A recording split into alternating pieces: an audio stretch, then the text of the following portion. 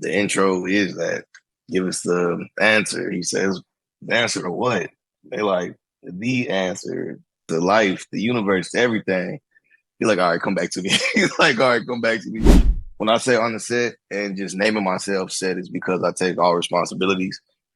Anything that comes my way or just around me that I have control over, I don't like to place that at anybody else's feet. So music meant something to me and I wasn't going to abuse it. I knew that if I didn't abuse it, eventually it would love me the way I loved it. And even if it didn't look like the outcome that Lil Wayne has had, music loves me because I'm still here.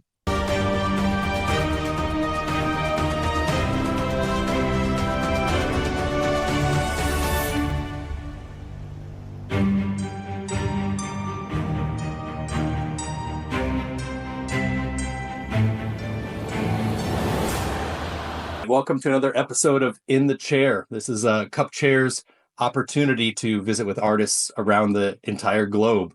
Today we are talking with a rapper out of Dallas, Texas. He goes by OTS Set. I came onto his stuff just a few weeks ago, and it's pretty impressive. And it's not just about the lyrics and his style, but his message and his philosophy toward music really struck me, and I think it might strike you too.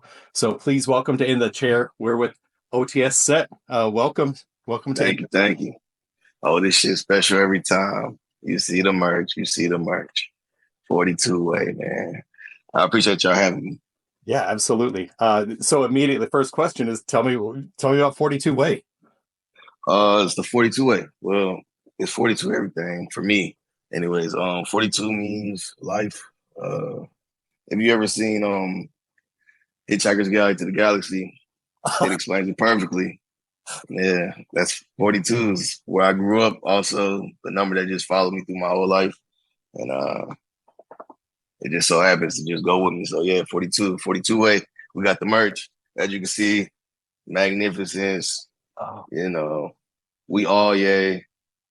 Uh-huh. You know, oh yeah, that just means we all guys. But oh yeah. That's incredible. You're like, well, it's the answer to everything. For me, especially, I don't know if anybody else is that literal, but for me, it has been. So that was bizarre. There's a band out of DC that I sat in playing percussion with at South by Southwest a few years ago. Okay. And I knew one guy, but I didn't know the band. So I go in and meet them in their hotel room, the day before the show. And, I was ready on the music, but I hadn't met them. And I walked in and they're all cool and hanging out. And for some reason, age came up and they're like, hey, how old are you? And it was like, I'm 44, at that time. And their jaws dropped. They're like, 44? I didn't realize one of their albums was called 44. And then they started telling me why 44 is a special number. It was really a spiritual meaning. And so the fact that I was filling in for their percussionist who couldn't make it, they're like, well, this was meant to be. Right. Nah, it happens like that for some people. Do you incorporate that into your songwriting?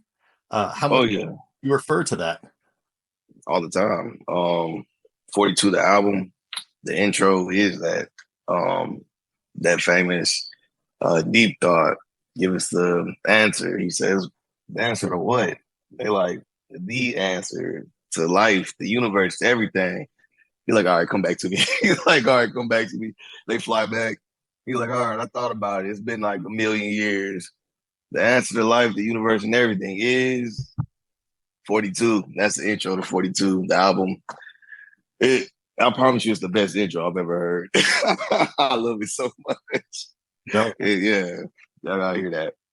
That's great. No, that's something that I think it just spans audiences and it spans generations. Oh, yeah. Yeah. My brother introduced me to that book decades and decades ago. I think first time I read it was in class. I was probably in class, sixth grade or something, I think. And then they made the movie. Then it was over after they made the movie. For me, I was, oh, yes. Yeah, this is it. Cool. So I mean, you've been explaining stuff so far, but I also just right off the bat, let's talk about OTS set. Like, So what is OTS set, and not just what it is, but why did you decide to embrace that? OTS Set is oldest shit special every time. That's me. It's also on the set, and set is who I am. Um, when I say on the set and just naming myself set is because I take all responsibilities. Anything that comes my way or just around me that I have control over, I don't like to place that at anybody else's feet. So on the set, I am set, so it's on me. So every time you say OTS, you're saying on me, you know? That's cool. That's it. It sounds like uh, I've had band members who say, when you show up to perform, you bring your instruments and Oh yeah. you bring your cables or whatever, your tracks. But you never know what else is going to happen. Maybe the Exactly. sound guy, it's their first night or they're terrible. But that idea that you control everything that is under your control. Like this is my thing and I'm ready. I'm ready. That's exactly it. I'm ready for whatever. So yeah, when you say OTS, so um you might see other people, they might have OTS. They may or may not be uh, with me or something like that. But for the ones that are, it'll be like OTS something else. But anybody can be OTS. That's just that's something that ties us together. But for me, it means taking on the responsibility that you can. Yeah. So let's get into your music. I'm kind of interested, like what got you into music? Were there the certain artists that you saw that were like, that's what I want to do, or I love that. I want to take that and then do something else with it. But yeah, well, it was like growing up. I don't know if a lot of people went through this, but it seemed like everybody was always telling me to be quiet. So I held a lot of stuff in. I was writing a lot. Spent a lot of time alone. Actually, music came from uh, for me. It was words first, then music. So I was doing poetry before I ever put a beat to anything that I was doing. But poetry started off for me, just understanding that words have meaning and that's almost math. I use that as like building blocks for my life and how I look at music. So um, music came pretty young. Uh, the artists that I looked at were like Lil Wayne a lot because it seemed like even though he was from Louisiana and I was from Texas, we had a lot in common. Um, like his childhood was, without a father, and he leaned into music, and music is what saved him. So, for me, music saved me definitely. I know that. So that's whenever I saw Lil Wayne making it, doing it, I felt like I could as well because I knew one that music meant something to me, and I wasn't going to abuse it. I knew that if I didn't abuse it, eventually it would love me the way I loved it, and even if it didn't look like the outcome that Lil Wayne has had, music loves me because I'm still here. Yeah, that's heavy. No, that's some good stuff. So you sit down to, well, I guess you've written a lot. When did that? How did that change to? All right, well, I'm gonna put tracks down, or I'm gonna get tracks from somewhere and take all my writing and start putting it into verse. School, freestyling, friends beating on the table, the grinding beat, that's the most famous beat ever beat on a table. So that that was a thousand hours freestyling and just figuring out, that you're good at it, as a younger person, that's just what like you're doing so many other things. I played football, I did sports, I did karate, I did all type of stuff. And I was good at pretty much everything. But what I fell in love with was music. And it was because it let me express myself in a different way. Football aggression, karate, it was controlled aggression, but I could still let aggression out. I didn't know I didn't know how to use any other emotion. So music let me be able to learn how to do so because I didn't have to be always one way whenever I did music. That's cool. So you start recording some songs. Uh, right now, would you say that you've been more studio focused, or do you play out a lot, or like are you more live? Are you more studio? Are you kind of a mix? Like what's Kind of a mix. I'm wanting to do as many performances as I can. I love performing. I don't care where the stage is. I'm about it. If there's a crowd there, no matter if it's a little one or a big one, I'm gonna give them a show. Uh, so I'm both. I write, like I said, I write every day. I wrote a song yesterday in about 10 minutes. And I was telling my wife, I was like, dang, I was supposed to finish this other song, but sometimes it just gets like that. I write half a song, the next day I wake up, I got a whole song on my mind, so I finish that.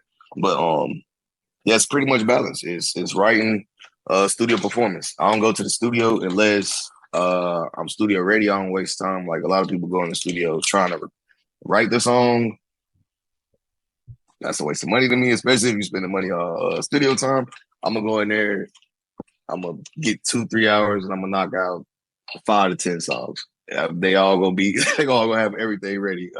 Ad libs, mix tracks, doubles, everything you want on there. So, um, I got very good studio etiquette. So I try to keep the flow perfect. I go write my stuff, get it done, go to the studio. I'm hype about it. Might release a little snippet, get people hype about seeing me perform, and especially if they got a little something with the buzz happening. I'm like, oh yeah, I can't wait to show people this. So that's how it happens for me. oh that's uh, I think a lot of younger artists especially will have an idea and then go in the studio and then spend all their money trying to get the idea. All right, get it right. No, I mean, if your funds are unlimited or you have a full studio set up, that's great. But yeah, I know the bands that I've been in. I mean, you need to. I think you need to prepare. You need to know Oh yeah, every nuance, and then when you have everything perfect, there's some room for improvisation yeah. after you figured everything out. That's a fact. That's a fact. Get it the perfect way first. I say this is how I wanted to sound in my head. This is the first track we're gonna say. Put that up. Put it away. Now I'm gonna tweak it a little bit. I'm gonna have fun with it because I just needed to get the full fleshed out idea, and now I can just have my way with it. Yeah. With live shows, I know you just did this. It was kind of a big show in Austin last month.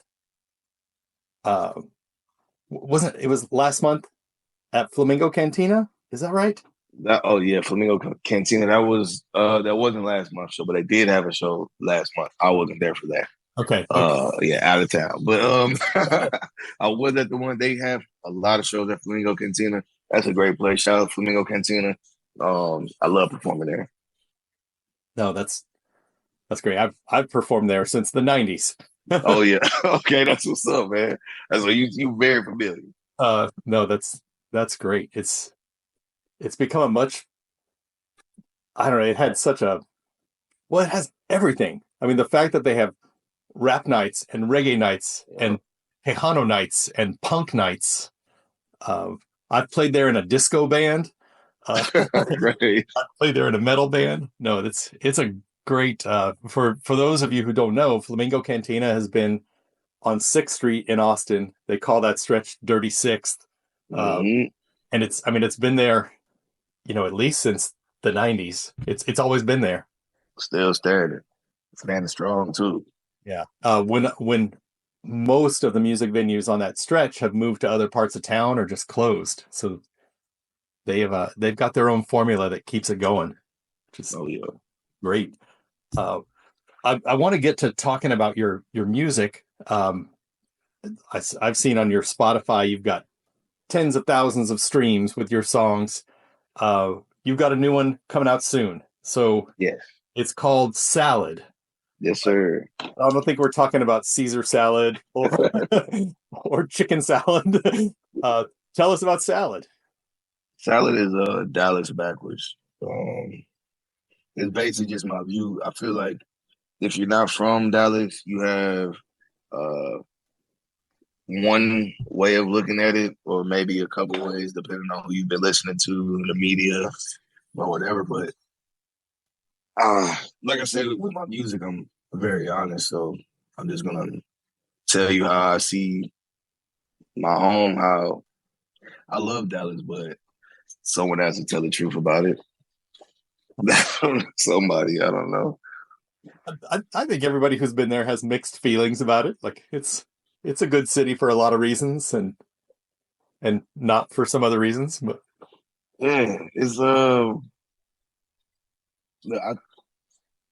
kind of take I say I grew up in a place called SallaD, 1,000 degrees, and on me it is just like Dallas. Crabs in a barrel, a bucket got me feeling like fuck it. I don't even want to touch it, touchy subject because I,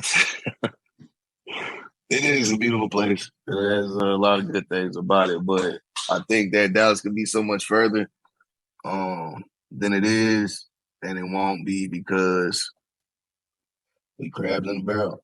Now, shoot, I'll go and perform. I'll go see my family, and I'll dip, and I'll go to us, and I'll see people, and I perform, and I dip.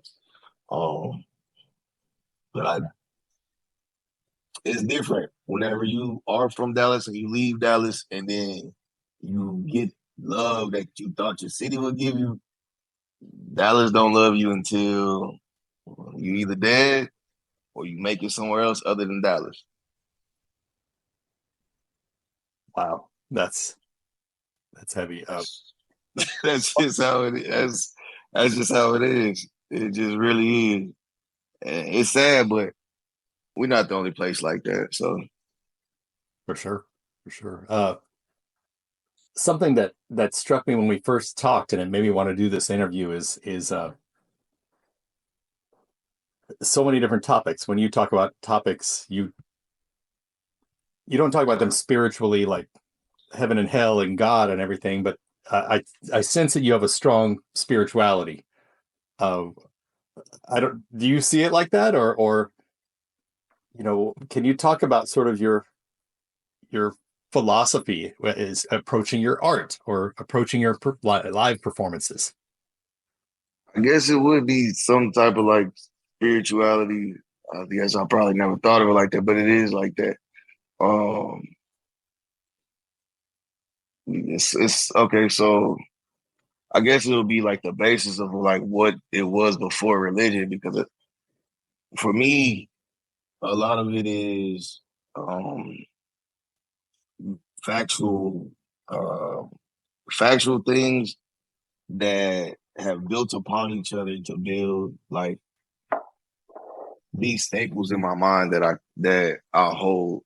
So it's not. I wouldn't say that like for religious people um it's all faith based. Uh, for the most part, you don't really ever get proof, even if you're not, or if you are looking for it, you probably will never get the proof, but you'll always have that faith. For me, my belief system comes from surviving everything that I did.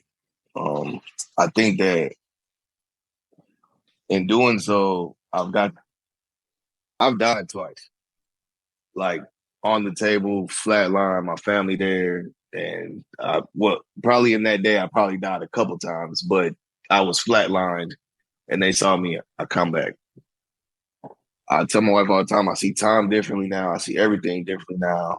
It's a lot of stuff that I probably would have wasted my time on or done differently or whatever before any of that. But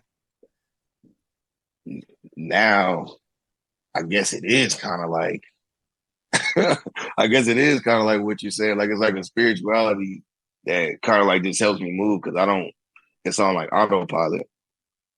It's on autopilot. What I believe, what I believe in, you'll hear it in when I speak, in my music. You can see it when I walk. And I guess that's kind of what they be like. They talk about whenever they say they see God in somebody, but I don't really know from that end. I just know that right now I'm on autopilot, and it feel good. It feel Uh, good. I was not expecting that. Answers to questions I've asked ever. I've died twice has never been the answer. Yeah, I'm here though. No, I'm here. I think that, I mean, obviously it gives you a perspective where you don't seem like somebody who would would get mad when somebody cuts you off in traffic. Like that's so trivial, you know. Yeah, It's it takes a lot. It takes a lot, especially nowadays. or Before I might have, yeah, or like I the say, I'm sorry. Go ahead. go ahead. Oh yeah, before yeah, the before me definitely little things um can make and to a mountain and hill to a mountain real quick, 0 to 100 real fast. But yeah, it does give you a different perspective, especially growing. I don't know, man. I grew up in the South. I grew up in the South. My people from Mississippi. I lived in Georgia, Louisiana, all the countries, places you can name. I've been around all the type of people that you can name, all the churchy people, all the everything. But I've always just been a person that questions everything. I believe that I had faith. I think that I had faith until I had enough proof that my faith didn't make sense anymore. Like I think that if I would have just, I think when I came back somebody different because like I remember, I remember nothing. I remember that there's nothing afterwards, and I think that might be scary, but then to me it felt like it felt more peaceful than the thought of what what I've been taught my whole life. Like somebody's up waiting to judge me, or somebody like what did I don't know if I did enough, but I you spend all your life thinking about that. Like, am I good enough? So whenever I didn't see nothing, it just it felt calmer. But then whenever I came back, I had enough proof that I couldn't have faith anymore, I guess. Wow. Yeah. On the flip side, yeah, you don't seem like you take praise more than it is. I mean, if I tell you, God, your song is the greatest song I ever heard, I think like, well, thank you, and then move on. You know, just uh, but man, that's powerful. We talked a little bit about Dallas, the single. It's coming out on May 23rd. SallaD. Yeah, yeah, SallaD. SallaD. It's on May 23rd. It's going to be released on all the major streaming platforms and everything. So Oh yeah, oh, yeah. that's good. You I'm gonna shoot a video for it too. Look out for the visuals. I will be shooting a video for it too. Got to make my way out home. Get get up with one of the maybe one of the new Dallas um cameramen now because I want to support home. So the new Dallas movement is doing pretty good. I like what they're doing, and yeah, probably see there's a business out there real fast. that's great. And then performing, you're doing shows when the shows happen. Right now, mostly around Texas. Uh, Oh yeah, I'm open. uh, Call me OTS Set underscore SET everywhere. Let me know you need anybody to perform, host, MC, one stop shop. no, that's great. So ending it on, I want to kind of wrap up. Maybe some lighter questions. Let's get Uh, it. I'm sorry too because I talk like this, and I guess for me it feels lighter. For other people, I'm sorry if I made this is sad. To me, I'm not. You guys, I'm happy. I don't. To me, it's just life. It's just life. We go through it. You roll with the punches. I'm here. I feel like a champion. no, I totally take it. Uh, in a positive way. You just let the superficial stuff of life, it matters a lot less, you Oh know. yeah. Uh, I mean, you need to pay the water bill to get water, but other than that, it's just, the rest of it is just, it's not as big a deal. You Um, know, I guess you mentioned being influenced by Lil Wayne. Uh, if you could hop back to any era of music, uh, is there a city or a set of years you're like, man, I would have loved to have, come up in that scene? shoot. It's like a lot of them throughout time. Oh man. Like if shoot, all right, well, I'm gonna do like north, south, midway kind of thing. Okay, so I wish I was in New York like in like the late 70s to the 80s. Yeah, I wish I was there in that period of time. The fashion, the people, I think that the atmosphere was just different. Um, the values was different. I would have loved to be around those type of people just to learn from them, man. Like, that was awesome. Um, for the South, I wish that I was just older in the '90s. I don't know. I don't care. I think the South had the best '90s. I don't, I don't know. I don't care. Nobody say feel like we had the most fun. We was outside, water hose on the side of the house. You know. So yeah, I wish I was just a little bit older, maybe teens and stuff like that. And for for the West, for the West side, I'd say '90s too. I'd say the '90s too because they look like they was having fun too. They look like they was having fun too. So yeah, I'd say the '90s. No, that's funny. My growing up with rock and hard rock background, I mean, it is 10 blocks on the Sunset Strip in California, Yeah, 1984 to 86. see, that's where you want to be at. Yeah, I wish I had been about 20 years old right then. I might not have lived. It might have killed me. Could have been fun. They approached life differently then.